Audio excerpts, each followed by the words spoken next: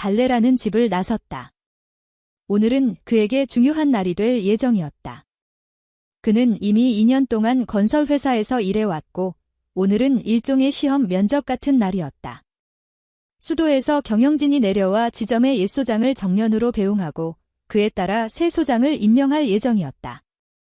후보자는 3명이었고 모두가 철저히 준비했다.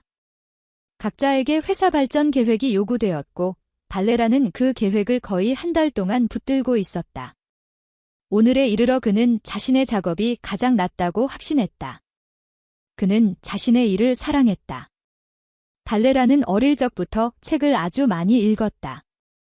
바로 그때 그는 건설자가 되기로 결심했고 반드시 양심적으로 짓겠다고 마음먹었다. 그들 마당에 새 집을 짓던 어떤 사람들처럼 그렇게는 하지 않겠다고. 소년들은 종종 그 공사장에서 놀곤 했다. 어느 날 어떤 판이 발레라의 발밑에서 미끄러졌다. 그는 비명을 지르고 뭔가를 붙잡아 버텨보려 했지만 그러지 못했고 3미터 높이에서 아래로 곤두박질 쳤다. 아래에는 자갈이 쌓여 있었고 큰 콘크리트 잔해들이 놓여 있었는데 바로 그 위로 떨어졌다. 처음에는 의식도 잃지 않았고 아프지도 않았다. 그러다 두려움이 밀려왔다. 일어나 보려 하자 그 순간 그의 몸을 날카로운 통증이 관통했다. 그의 친구들은 이미 어른들과 함께 공사장 쪽으로 달려오고 있었다. 병원에서 반년, 수술 3번 발레라는 주위에서 무슨 일이 일어나고 있는지 간신히 이해할 뿐이었다. 그는 그저 엄마에게 집에 데려가 달라고 부탁했다. 엄마, 제발 더는 못 버티겠어. 나를 집에 데려가 줘. 엄마는 그저 울기만 하고 그를 입맞추어 주었다. 가끔 아빠가 나타나 그의 침대 곁에 앉아 손을 잡고 말없이 있어 주었다. 반년이 지나 드디어 처음으로 3달 동안 집에 보내주었지만 어디까지나 임시였다. 발레라는 그걸 이해할 만큼 충분히 어른스러웠다. 그때 그의 나이는 10살이었다. 어느 이른 아침, 부모가 그가 자는 줄 알고 있을 때 발레라는 부엌에서 그들의 대화를 들었다. 그는 일어날 수 없었지만 엄마는 아들이 혹시 부르면 들을 수 있도록 문을 늘 열어두곤 했다. 로마, 우린 어떻게 하지? 한 달 뒤면 수술인데 돈이 없어. 니나, 그럼 뭐 어쩌자는 거야? 콩팥이라도 팔라는 거야? 좋아, 내가 누구에게 팔면 될지 찾아봐. 하지만 그게 잘못됐다는 건 알잖아. 다른 방법을 생각해야 해. 니나, 그냥 수술을 미루는 수밖에 없어. 미쳤어. 의사 말 들었잖아. 한 달이 지날수록 가능성은 줄어든다고 부엌에서 의자가 쾅 소리를 냈다. 아마 아빠가 벌떡 일어섰나 보다. 난 할 수 있는 건 다 하고 있어? 우린 이미 모든 돈을 다 써버렸다고, 알겠어? 차 사려고 모아둔 돈도, 수리하려고 모아둔 돈도, 전부. 그런데도 넌 나에게 뭔가 더 요구하고 있어? 난 아무것도 요구하지 않아, 로마. 다만 내가 아무렇지도 않은 듯 보여서 그래? 우리 아들이 영영 2발로 서지 못할 수도 있다는 걸 이해는 하고 있어? 이해해. 그런데 넌 내가 그를 일으켜 세우기 위해 뭘 했지? 내 회계사 월급은 작은 정도가 아니라 아예 형편없잖아. 그때 현관문이 쿵 닫혔다. 즉, 아버지는 이미 나가버린 것이다. 발레라는 방으로 다가오는 엄마의 발소리를 들었다. 그는 꼭 눈을 감았다. 엄마가 그가 자고 있다고 생각하게 두고 싶었다. 하지만 다친 눈에서도 눈물은 흘러내렸다. 매일 소녀는 자신을 병원으로 데려가 줄 거라고 기대했다. 그러나 시간만 흘렀고 부모가 돈을 구하지 못했다는 것을 그는 이해했다. 그리고 자신은 영원히 침대에 묶여 있을 거라고. 그는 스스로를 달래기 위해 애썼다. 책을 아주 많이 읽었다. 너무 많이 읽어서 눈이 아프고 머리가 아플 정도였다. 그래도 덕분에 소녀는 빨리 잠들 수 있었다. 그리고 나서 그의 삶을 두 부분으로 갈라놓는 일이 벌어졌다. 배신 이전과 이후로. 그의 엄마, 그가 세상에서 가장 사랑했던 그 사람이 그를 그냥 버렸다. 모든 것은 이른 아침에 일어났다. 엄마가 야외복 차림으로 그의 방에 들어왔다. 작은 여행 가방을 바닥에 내려놓고 그의 침대 가장자리에 앉았다. 아들, 컨디션은 어때? 그는 평소처럼 책을 내려놓았다. 엄마는 어디 가는 거야?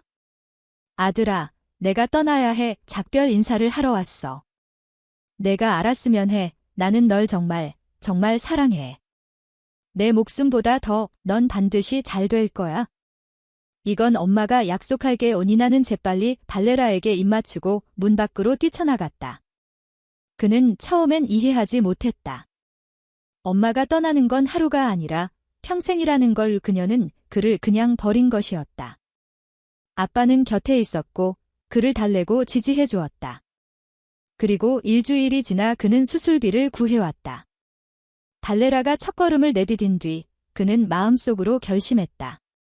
자신에게는 더 이상 엄마가 없다고. 자신에게는 아버지가 있고 그 아버지는 그의 전부가 되었다. 이후 거의 1년의 재활을 거쳐 마침내 발레라는 학교로 돌아갈 수 있었다. 아빠는 답반은 지난 한 해를 한 번에 치를 수 있도록 특별 시험을 보게 해달라고 학교와 합의했다. 발레라는 공부를 많이 했으니 자기 반으로 복귀할 수 있었다. 얼마 지나지 않아 아빠는 옥사나를 집에 데려왔다. 발레라는 그녀가 마음에 들지 않았지만 언제나 그녀에게 아주 예의 바르게 대했다. 아버지에게 서운해하거나 지적할 수는 없었으니까. 그는 자신의 차로 다가가 잠시 멈춰섰다. 그 차는 산지 겨우 2주밖에 되지 않았고 아직은 질리도록 감상하지 못한 참이었다. 차에 타려던 그는 인도를 응시하고 있는 한 젊은 여자를 보았다. 발레라는 처음엔 그녀가 아는 사람인가 생각했다. 그러나 그녀를 훑어보고는 그 생각을 버렸다. 그녀가 입은 건 한참 유행이 지난 옷이었다. 그러니 모르는 사람이다. 차는 떠났고 소녀는 주머니에서 사진을 꺼냈다. 사진 속에는 아주 어릴 적의 발레라가 있었다. 그녀는 만족스레 한숨을 쉬고 가방을 집어들었다. 마당을 나서며 생각했다. 반드시 돌아올 거라고. 다만 저녁 무렵 발레라가 퇴근해 돌아올 때쯤에 발레라는 기분이 최고로 좋게 돌아오고 있었다. 모든 게 그가 생각한 그대로 흘러갔다. 오늘부로 그는 이 지점의 소장이 되었다. 이런 걸 해낸 사람은 많지 않았다. 그의 나이는 겨우 29. 그는 차를 주차하고 트렁크를 열었다. 케이크, 샴페인 봉투. 이미 회사에서 아버지에게 전화해 상을 차려두라고 말해두었다. 옥사나가 식당에 초대할 수도 있었잖아요. 라고 말하는 것도 들었지만 그는 기분을 망치지 않기로 했다. 식당도 좋지만 그는 집에서 아버지와 함께하고 싶었다. 한때 아무것도 아끼지 않고 그를 건져 올려 두 발로 세워준 바로 그 아버지와 발레리. 그가 돌아보니 아침에 봤던 바로 그 소녀가 서 있었다. 가까이서 보니 제법 예뻤다. 파란 눈, 갈색 포니테일, 혹시 정말 아는 사람일까? 그는 머릿속에서 가능성을 더듬어 보았지만 마땅한 기억이 없었다. 결국 그는 항복했다. 우린 아는 사이인가요? 아니요, 다행히 아닙니다. 하지만 당신과 얘기할 게 있어요. 그는 눈썹을 치켜 올렸다. 소녀는 분명 그에게 적대적이었다. 혹시 동료 키릴의 별장에서 만난 걸까?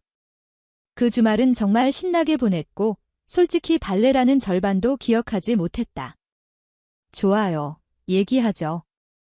5분 정도는 내드릴 수 있어요. 그 정도면 충분합니다. 여기 당신 어머니가 있는 주소예요. 그녀는 위중해요.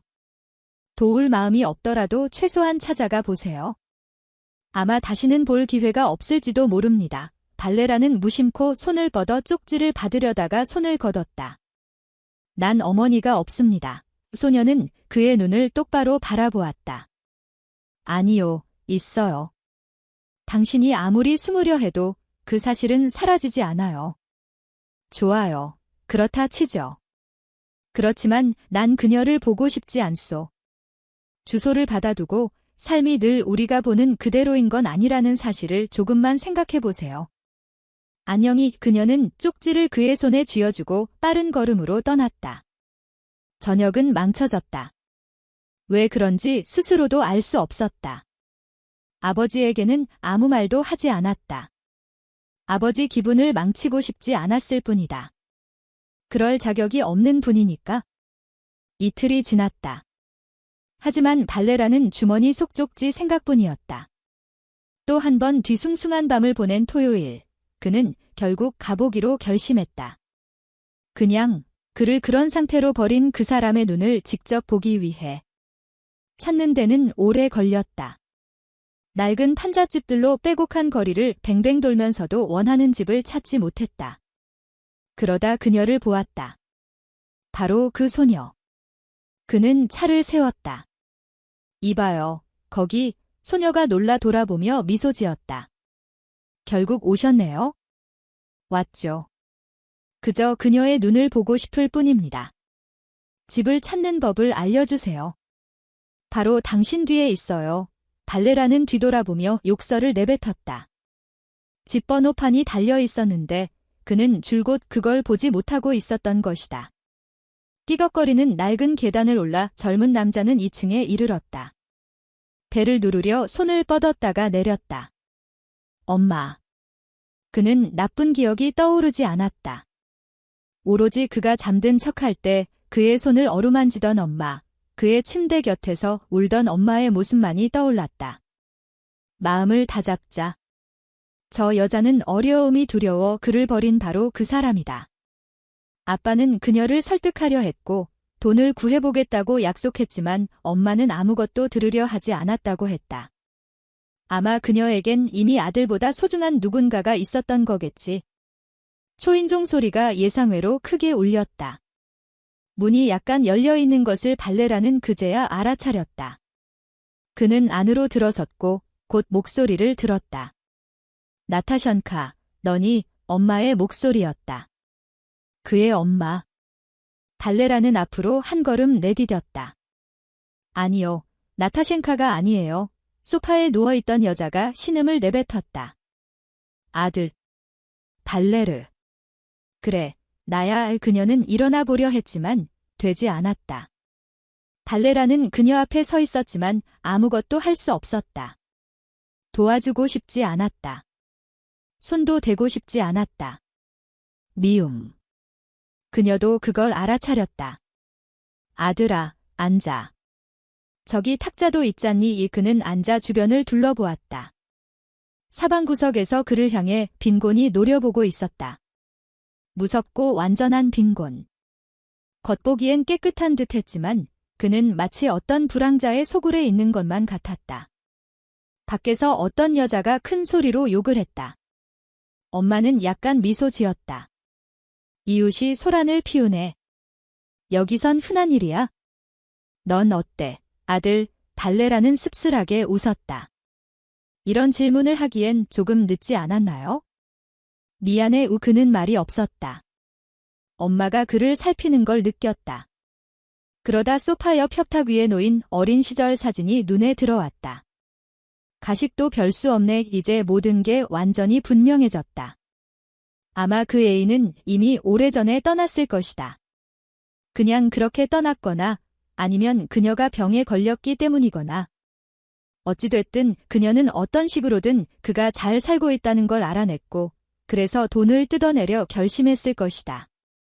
그래, 모든 게 설명된다. 왜 날 찾았지? 뭘 원해? 돈. 그럼 내 앞에서 연극은 그만해. 일어나. 적어도 차 한 잔은 내올 수 있잖아. 이니나는 다시 일어나려 했고 간신히 발을 바닥으로 내렸지만 더는 힘이 없었다.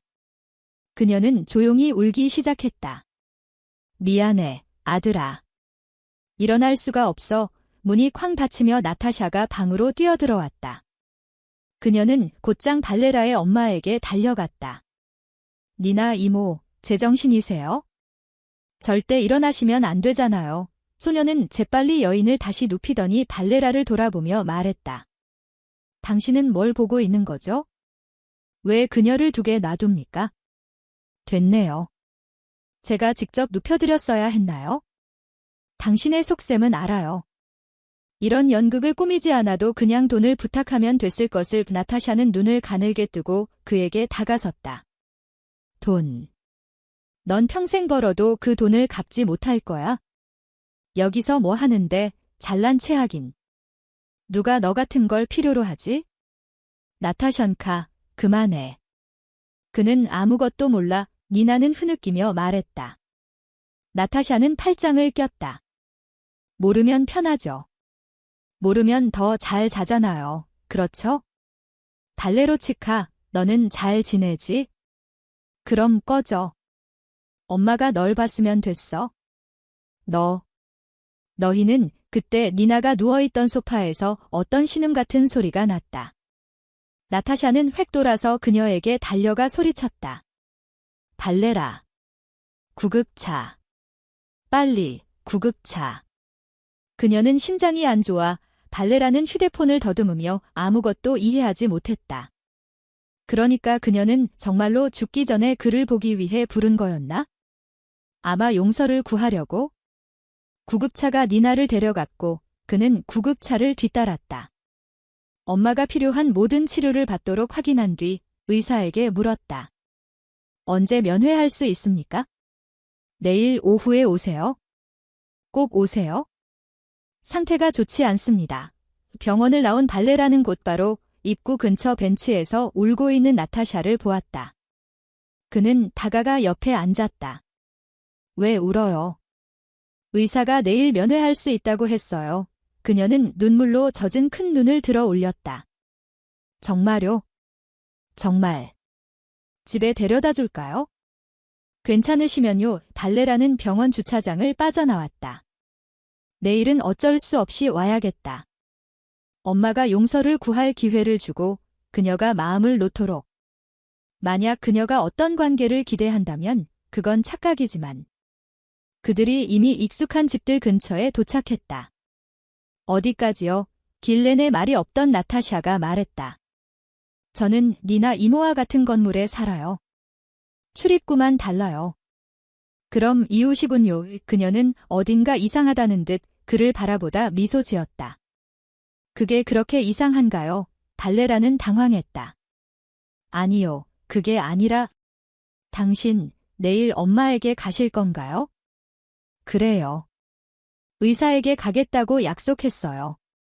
몇 시쯤 가실 건지 말씀해 주세요. 발레라는 알 수 없는 만족감을 느꼈다. 나한테 반했나? 수수한 옷차림이지만 몸매도 얼굴도 제법인데. 3시쯤. 좋아요. 저는 좀 이따가 갈게요. 당신이 오래 있진 않을 거라 보거든요. 왜 나중에요? 발레라는 뭔가 이상하다는 걸 느꼈다. 나타샤는 이미 차에서 내려 문을 닫기 전 대답했다. 당신과 마주치지 않으려고요. 문이 쾅 닫혔고 발레라는 한동안 그녀를 바라보다가 마침내 고개를 저었다. 나타샤는 이미 거리에 보이지 않았다.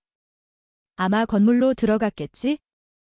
그는 운전대를 손바닥으로 콱 내리쳤다. 이건 도무지 말이 안 돼. 저건 뭘 한다는 거지? 또 하나의 마더 테레사라도 되는 양이 그는 집으로 차를 몰았다. 가슴속에서 분노가 부글거렸다. 아픈 그를 버리고 자신을 돌볼 책임을 지지 않으려 했던 그 엄마. 그리고 이제는 이 작은 심술꾸러기를 앞세워 그에게 죄책감을 씌우려 한다니. 천만에. 호락호락한 줄 알아. 그는 다음 날 병원에 가지 않으리라 마음먹었다. 그들이 알아서 수습하게 내버려 두자. 분노한 나머지 그는 신호등의 빨간 불을 보지 못했다. 브레이크 비명, 충격 그리고 어둠. 그는 좀처럼 깨어나지 못했다. 정확히 말하자면 자는 것도 아닌데 그래도 깨어날 수가 없었다. 아무데도 아프지 않았다. 주위엔 어떤 공허만이 있었다. 하지만 그는 모든 소리를 듣고 있다는 건 이해했다. 다만 왜 깨어날 수 없는지 알 수 없었다. 가벼운 발소리, 거의 들리지 않는 안녕, 나. 이건 작은 심술꾸러기. 맞다, 나타샤. 그는 엄청난 힘을 들여 눈을 떴다. 나타샤, 바로 그녀가 곧바로 사라졌다. 다음 순간 의사의 얼굴이 나타났다. 성함이 발레리. 부칭은 로마노비치. 나이는 29. 훌륭해요. 의사가 손전등으로 그의 눈을 비추자 발레라는 즉시 눈을 감았다. 아주 좋아요. 푹 쉬세요. 남자는 사라지고 다시 나타샤가 나타났다. 잠깐만요. 당신 가족은 방금 전에 갔어요. 그 미운 계모라는 여잔 정말 불쾌하더군요. 어떻게 그 여자랑 살았대요? 여기 있는 모두를 들쑤셔놓고는 당신이 사고 후에도 무력하게 되지 않는다는 서류를 달라고 소란을 피웠어요. 당신 아버지가 달래보려 했지만 그녀는 고래고래 소리쳤죠. 난 이혼할 거야. 장애인과 한 지붕 아래서 못 살아, 라고. 놀랍지도 않아요. 난 이제 익숙해지려는 참이거든요. 무엇에? 내게 무슨 일이 생기면 모두가 나를 버린다는 사실에. 지금 엄마 얘기하는 거야? 그래, 나타샤의 눈이 전투적으로 번뜩였다. 그녀는 숨을 몰아쉬다 이어갔다. 헛소리 마. 아니, 누구한테 이야기하는 거람. 난 내가 머리를 세게 박아서 정신이 제자리로 돌아왔을 줄 알았지? 그런데 역시 아니네. 여전히 엉뚱한 데 있어? 알지. 난 처음엔 너를 더 좋게 봤어. 아니, 최소한 내가 진실을 알려고라도 들 줄 알았지? 누가 정말 잘못했는지 이해해보려는 시도라도 할 줄 알았다고. 그런데 너는 나타샤는 적절한 말을 찾지 못했다. 아무튼 빨리 나아야. 그녀는 문 쪽으로 걸음을 옮겼다. 발레라는 그녀를 눈으로 배웅하고 눈을 감았다. 그를 단 2분 만에 이렇게 발끈하게 만들 수 있는 사람이 있을 줄은 몰랐다. 주사로 약이 잔뜩 들어가 있는 이 상태에서도 말이다. 대체 그녀는 뭘 두고 계속 진실이라고 하는 걸까? 그가 모르는, 알자마자 세상에 대한 그의 견해를 통째로 바꿔버릴 그 무서운 진실이란 게 뭘까? 머리가 아파왔다. 이제 그는 그 진실을 알고 싶어졌다. 한편으로는 그녀가 스스로 말해주면 될 텐데 싶기도 했다. 그런 남편이 불쌍하. 만약 있다면 말이지. 저녁에 의사가 그를 찾아왔다. 기분은 어떻습니까? 괜찮은 것 같습니다. 좋아요. 생각보다 심각하지 않네요. 조금씩 앉아도 됩니다.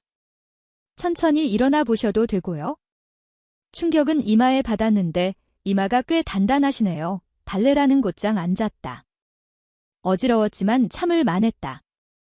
선생님, 어제 여기 한 여인이 실려왔을 텐데요. 이름은 니나, 아마 카르포바. 다른 성일 수도 있고요. 어떻게 찾을 수 있죠? 의사는 이마를 딱 쳤다. 아, 내가 왜 낯이 익다 했더라. 당신이 그분과 함께 왔었죠. 내가 받았어요. 그분은 맞은편 병동 7번 병실에 계십니다. 거기로 가야 합니다. 안 됩니다. 아직 그렇게 먼 거리를 걸으시면 안 돼요. 하루 이틀 더 보다가 그때 움직이세요. 의사가 나갔다. 발레라는 반시간 더 기다렸다. 병원은 이미 고요했다. 그는 천천히 문으로 다가가 복도를 내다봤다. 아무도 없었다. 간호사실에서만 즐거운 웃음소리가 들려왔다. 아마 수다 중이겠지? 발레라는 벽을 짚고 맞은편 병동 문까지 갔다. 그쪽 복도에도 아무도 없었다. 아주 좋은 시간이었다. 환자들은 식사하고 누웠고 직원들은 이제 밥을 먹고 쉴 시간. 7번 병실은 바로 앞에 있었다. 생각할 겨를이 없었다. 그는 문을 잡아당겼다. 눈이 어둠에 익숙해지는데 잠시 걸렸다. 익숙해지자 그는 엄마를 보았다. 엄마는 창가에 누워 있었다. 두 침대는 비어 있었고 반대편 끝에서는 어떤 여자가 자고 있었다. 발레로 치카 엄마가 그를 느꼈는지 겁먹은 듯 그의 이마의 붕대를 보았다. 그건 뭐니, 아들? 별거 아니에요. 이마를 박았어요. 왜 온 줄 아세요? 그녀는 고개를 저었다. 당신이 나를 왜 버렸는지 그걸 말해줘야 해요? 난 그게 상관없다고 생각했어요. 그런데 지금은 알아야겠어요. 누가 당신 앞에 나타났기에 당신이 아픈 아이를 버릴 결심을 했는지 알고 싶어요.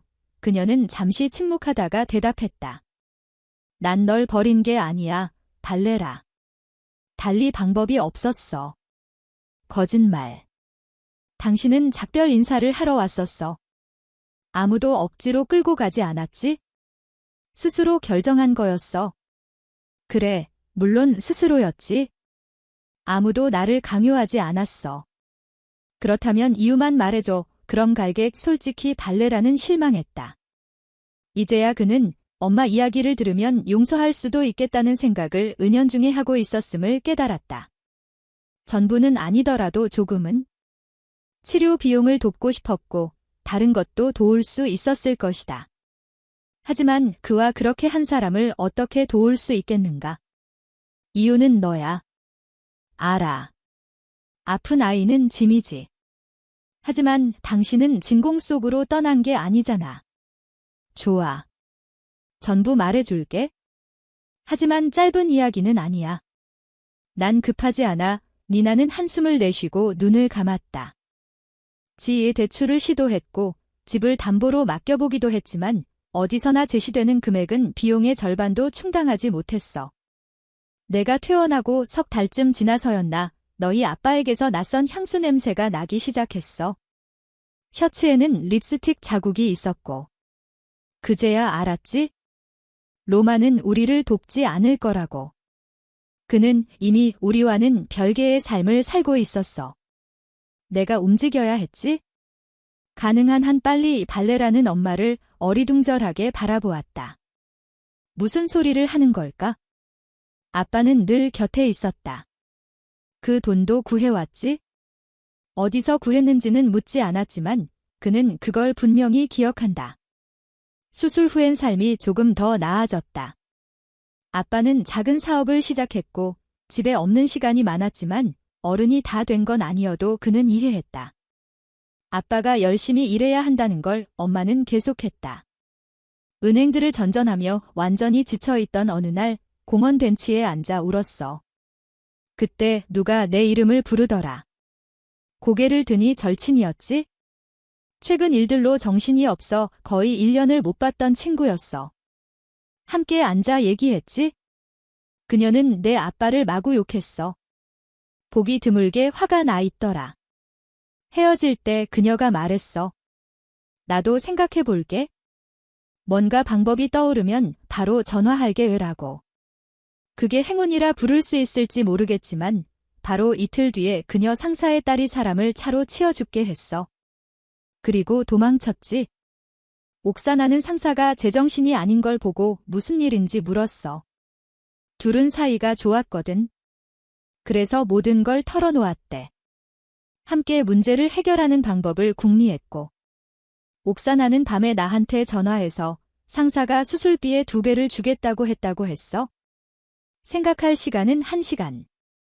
너희 아빠는 집에 없었고 옥사나는 남는 돈으로 최고의 변호사를 선임해 형기를 최대한 줄일 수 있다고 했어. 그래. 그들은 자기 딸의 죄를 내가 뒤집어 쓰라고 제안했고 나는 동의했어. 오래도록 널 보지 못하리란 걸 알았지? 대신 너는 예전처럼 뛸 수 있을 테니까. 아빠는 이른 새벽이 되어서야 들어왔고 난 전부 이야기했어. 그는 나를 지지해 주었고 가능한 한 적은 형기를 받을 수 있게 하겠다고 했지? 재판에는 오지 못했어. 너와 함께 병원에 있었으니까. 옥사나도 오지 않았어. 하지만 난 분명 알았지? 이미 내게 도움이 가고 있다고. 그리고 재심이 있을 거라고 생각했어. 난 9년을 선고받았어. 왜 그렇게 길었는지는 몰라. 뭔가 더 찾아냈는지 아니면 죽은 사람이 만만치 않은 사람이었는지. 어쨌든 재심은 없었어. 변호사도 아무것도. 진실을 말할 수도 없었지? 더 나빠질 뿐이었으니까. 돈은 이미 지급됐고 너의 수술은 이루어졌으니까. 그 여자는 약속을 지켰어. 난 7년 만에 출소했고 곧장 우리 집으로 갔지? 널 보고 싶어서. 그런데 문을 연 건 옥사나였어. 그럴 리가. 그녀가? 안타깝게도, 그래? 바로 그녀가 모든 걸 그대로 두자고 주장했어. 바로 그 여자를 내 아빠가 밤마다 찾아갔던 거야? 난 그를 탓하지 않아. 그때 우리 집에서 일어난 일을 버텨낼 사람은 많지 않으니까. 난 떠났어. 옥사나는 내가 나를 증오하고 내 아버지는 그녀를 사랑하며 너희에게는 가족이 있다고 설명했지. 그리고 나는 더는 누구에게도 필요 없게 되었어. 그래서 이 판잣집에 있는 이 집을 얻었어. 싸거든. 공장에 취직했고 자주 너희 집에 갔어. 그러다 내 학교에도 나중엔 대학에도 멀찍이서 너를 지켜봤지? 울기도 하고 흐뭇해하기도 하면서. 넌 참 잘 자랐어. 잘생기고 똑똑하고. 난 내가 아주 자랑스러웠어. 난 절대 내게 방해가 되지 않으려 했어. 그런데 나타샤가 어느 날 부주의하게도 그 애한테 모든 걸 말해버렸어. 그 이후로 나타샤는 분노로 끓었지. 내가 병이 들자 그녀는 널 찾아야 한다고 마음먹었어. 난 반대했지만 그녀는 고집이 셌어. 그건 분명하지. 잠시 동안 발레라는 침묵했다. 정보를 삼키고 익숙해지기 위해. 왜 더 일찍 다가오지 않았어요? 왜 말하지 않았죠? 내가 듣지 않더라도 편지라도 보낼 수 있었잖아요. 니나는 대답하지 않았다. 그는 힘겹게 말했다. 엄마, 듣고 있어요. 또 침묵. 발레라는 침대로 달려갔다.